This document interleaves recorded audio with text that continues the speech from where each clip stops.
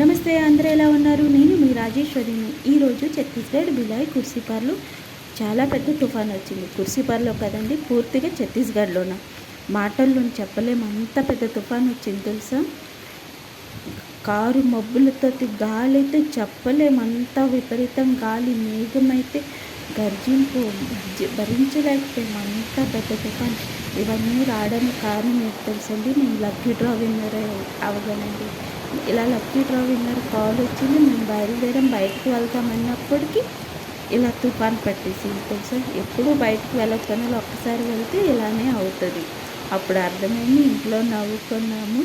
అయితే auto driver phone చేశారు, నేను రాలేను, మా ఇంట్లో రేకులు మొత్తం ఇంటి పైనవి విరిగిపోయేవి, నాకు వర్షం తగ్గిన తర్వాత తుఫాన్ తగ్గితే నేను మళ్ళీ అవి సరే అనుకొని ఆపేయడం.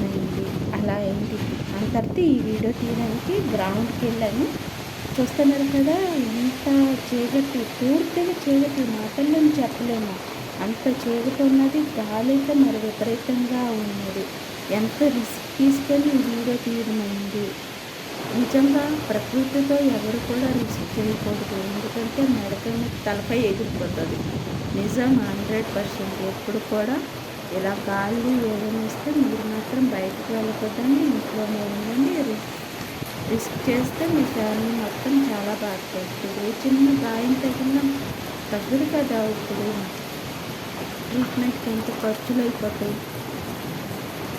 మొత్తము చాలా చిన్న గ్రౌండ్. ఇక్కడ రాధాకృష్ణ మందిర్ ఉంది. ఆ మందిరం చాలా చిన్న షార్ట్ వీడియో పెట్టున్నాను, వీడైతే చూడండి. చాలా మహిమ గల దేవుడు, తెలిసిందే కృష్ణుడు ఎంత మంచి ఇదని. ఈ మర్రి చెట్లు, రావి చెట్లు వయసు పెద్ద వయసు కాదు, 40 సంవత్సరాలు అవుతుంది. నేను కనుక్కున్నాను. నేను చిన్నప్పటి నుంచి చూసినప్పటికీ ఇలాగే లావుగానే ఉన్నాయి, కనుక్కుంటే ఇది పెద్ద వయసు ఏం కాదు, 40 సంవత్సరాలు అవుతుంది అనుకొని నాకు తెలిసింది. పక్కన ఒక చిన్న మర్రి చెట్టు ఉంది, అది చనిపోయింది.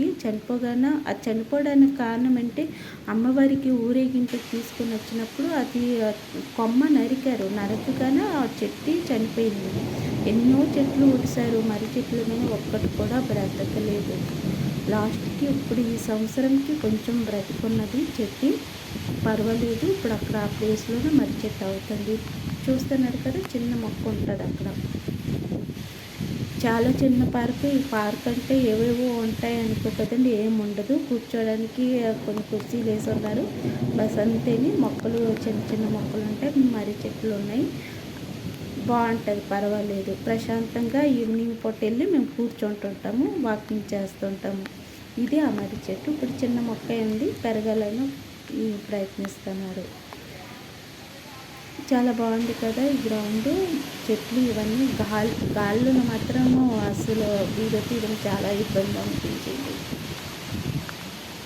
ఇక్కడ రాధాకృష్ణ మందిరం ఉంది కదా, ఆ దేవాలయం పూర్తిగా మొత్తము సేవా కార్యక్రమం మొత్తం అక్కడ చుట్టుపక్కల ఉన్నోళ్ళే చేస్తారు. ఎంత చక్కగా చేస్తారు. మందిరం పండిత్ ఇవన్నీ చేయాలని లేదు, అందరూ చుట్టుపక్కల వాళ్ళే చేస్తారు. చాలా బాగుంటుంది.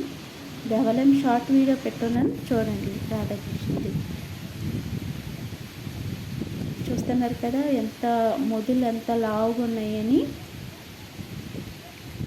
కానీ పెద్ద వయసు కదా, 40 సంవత్సరాలు చెట్లే బస్, కానీ ఎంత లావుగా ఉన్నాయి. వరి అదే 100 సంవత్సరాల మొక్క అయితే చెట్టు అయితే ఎలా ఉంటుందో చూడాలేనండి. అది ఎక్కడుందో నాకు కామెంట్ బాక్స్లో పెట్టండి. ఎలాగైనా వెళ్ళి అనికి చూడాలి. నిజంగా 100 సంవత్సరాల చెట్లు చూస్తే అదొక ఆనందం కదా. నాకు చెట్లు, మొక్కలు, పక్షులు అంటే ఎక్కువ విపరీతంగా చాలా ఇష్టం. నారాయణ చక్రంతో పెట్టున్నారు, పైన త్రిశూలం ఉంది.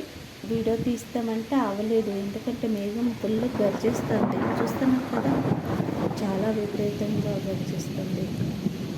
ఆ పక్కనేమో పాము పుట్టున్నది. అక్కడ శివాలయం కట్టాలని అనుకుంటున్నారు, అది ఎప్పటికవుతుందో తెలియదు. నా ఛానల్ని లైక్ చేయండి, షేర్ చేయండి, సబ్స్క్రైబ్ చేయండి. ఎందుకంటే ఎవరు కూడా ప్రకృతి గాలి ఇలాగా అయినప్పుడు మాత్రం అస్సలు బయటకు వెళ్ళకూడదండి. ఎందుకంటే మీకేమైతే మీ ఫ్యామిలీ మెంబర్స్ మొత్తము చాలా బాధపడతారు, తిడతారు కూడా. ఎందుకంటే వీడియో తీయడం అవసరమా, ఎందుకు వెళ్ళాలి, గాలిని తెలియదా అనుకొని ఇన్ని మాటలు కూడా అంటారు. నాకేం అవ్వలేదు. నేను వెళ్ళేసి వీడియో తీసుకొని జాగ్రత్తగా వీడియో తీసుకొని ఇంటికి వెళ్ళిపోయాను. అమ్మకి చెప్పాను, ఏం అనలేదు. బాగుంది కదా వీడియో ఇది. చిన్న చిన్న మొక్కలు మొత్తం ఆ మందిరం కట్టినత్తనే ఇవన్నీ వస్తున్నారు. ఇది కదంబ వృక్షం, మీకు తెలుసు కదా, లలితాదేవి సహస్రనామాలోన కదంబ వృక్ష వాహిని అనుకొని చెప్తారు. ఆ చెట్టు పువ్వులు ఇక్కడ అవుతాయి. ఛత్తీస్గఢ్లోని ఈ చెట్లు బాగానే ఉన్నాయి, ఇవి ఎక్కడ ఉండవు, ఛత్తీస్గఢ్లోనే ఉన్నాయి. చాలా బాగుంటాయి. ఆ పువ్వు చాలా బాగుంటుంది, బంతిలాగే ఉంటాయి. అవంటే ఇక్కడ పచ్చడి కూడా చేసుకుంటారు ఛత్తీస్గఢ్ వాళ్ళు. మాకు తెలియదు, వాళ్ళు చెప్పగానే మాకు తెలిసింది.